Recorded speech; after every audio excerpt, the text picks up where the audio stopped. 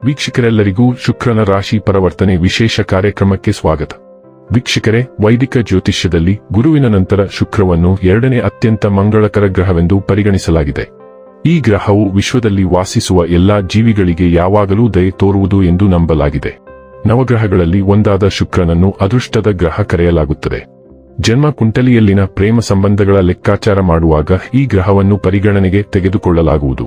ಆದ್ದರಿಂದ ಶುಕ್ರ ಸಂಚಾರ ಜ್ಯೋತಿಷ್ಯದಲ್ಲಿ ಪ್ರಾಮುಖ್ಯತೆ ಪಡೆದಿದೆ. ಶುಕ್ರವು ಆನಂದ ಮತ್ತು ಸೌಂದರ್ಯದ ಆಕರ್ಷಣೀಯ ಗ್ರಹವಾಗಿದೆ. ವೈದಿಕ ಜ್ಯೋತಿಷ್ಯ ಶಾಸ್ತ್ರದ ಪ್ರಕಾರ ಯಾವುದೇ ವ್ಯಕ್ತಿಯು ತನ್ನ ಜಾತಕದಲ್ಲಿ ಶುಕ್ರನ ಬಲವಾದ ಸ್ಥಾನವನ್ನು ಹೊಂದಿದ್ದಾನೆ, ಅವನ ಅಥವಾ ಅವಳ ಜೀವನದಲ್ಲಿ ಎಲ್ಲಾ ರೀತಿಯ ಐಷಾರಾಮಿ ಮತ್ತು ಭೌತಿಕ ವಸ್ತುಗಳ ಸಂತೋಷಗಳನ್ನು ಅನುಭವಿಸುತ್ತಾನೆ ಮತ್ತು ಪಡೆಯುತ್ತಾನೆ.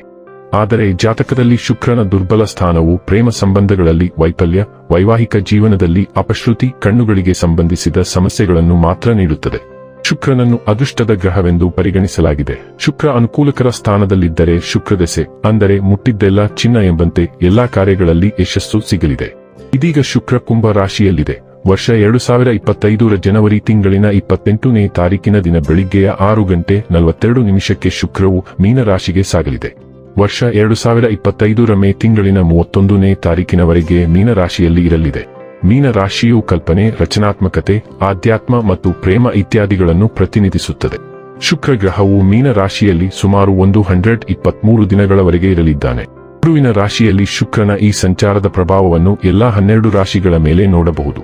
ಆದರೆ ಕೆಲವು ರಾಶಿಗಳಿಗೆ ಶುಕ್ರನ ವಿಶೇಷ ಕೃಪೆ ದೊರಕಲಿದೆ. ಇದರಿಂದಾಗಿ ನಿಮ್ಮ ಜೀವನದಲ್ಲಿ ಎಲ್ಲವೂ ಶುಭವಾಗುವುದು. ಹಾಗಾದರೆ ಬನ್ನಿ, ಇಲ್ಲಿ ಶುಕ್ರನ ಮೀನ ರಾಶಿಯಲ್ಲಿ ಈ ಗೋಚರ ಇಲ್ಲಿ ಪ್ರತ್ಯೇಕವಾಗಿ ಕುಂಭ ರಾಶಿಯ ಜಾತಕದ ಪಾಲಿಗೆ ಹೇಗೆ ಸಾಬೀತಾಗಲಿದೆ, ಯಾವೆಲ್ಲ ಫಲಗಳು ಇಲ್ಲಿ ನಿಮಗೆ ಲಭಿಸಲಿವೆ ಮತ್ತು ಯಾವ ವಿಷಯವಾಗಿ ಇಲ್ಲಿ ನೀವು ವಿಶೇಷ ಎಚ್ಚರಿಕೆ ಹೊಂದಿರಬೇಕು ಅನ್ನೋದನ್ನ ನೋಡೋಣ. ಎಂದಿನಂತೆ ನಮ್ಮ ವಿನಂತಿ ಎಂದರೆ, ನೀವಿನ್ನೂ ನಮ್ಮ ಚಾನೆಲ್ ಅನ್ನು ಸಬ್ಸ್ಕ್ರೈಬ್ ಮಾಡಿಲ್ಲವೆಂದರೆ ದಯವಿಟ್ಟು ಈಗಲೇ ನಮ್ಮ ಚಾನೆಲ್ ಅನ್ನು ಸಬ್ಸ್ಕ್ರೈಬ್ ಮಾಡಿ.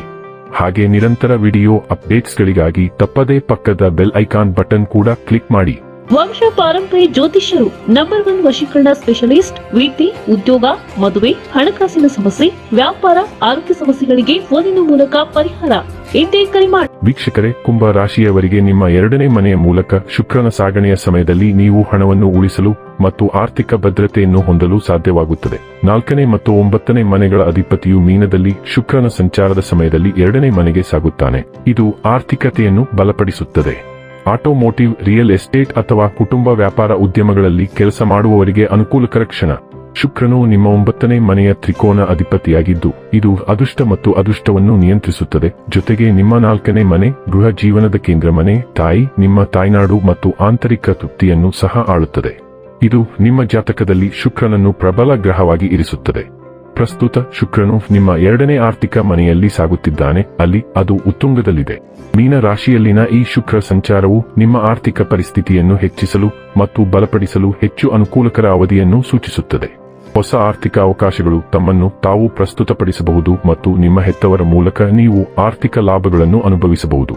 ನೀವು ಯಾವುದೇ ಹಣಕಾಸಿನ ನಿರ್ಧಾರಗಳನ್ನು ತೆಗೆದುಕೊಳ್ಳುವುದನ್ನು ಪರಿಗಣಿಸುತ್ತಿದ್ದರೆ ಈಗ ಸೂಕ್ತ ಸಮಯ, ಏಕೆಂದರೆ ನಿಮ್ಮ ಅದೃಷ್ಟ ನಿಮ್ಮ ಕಡೆ ಇರುತ್ತದೆ.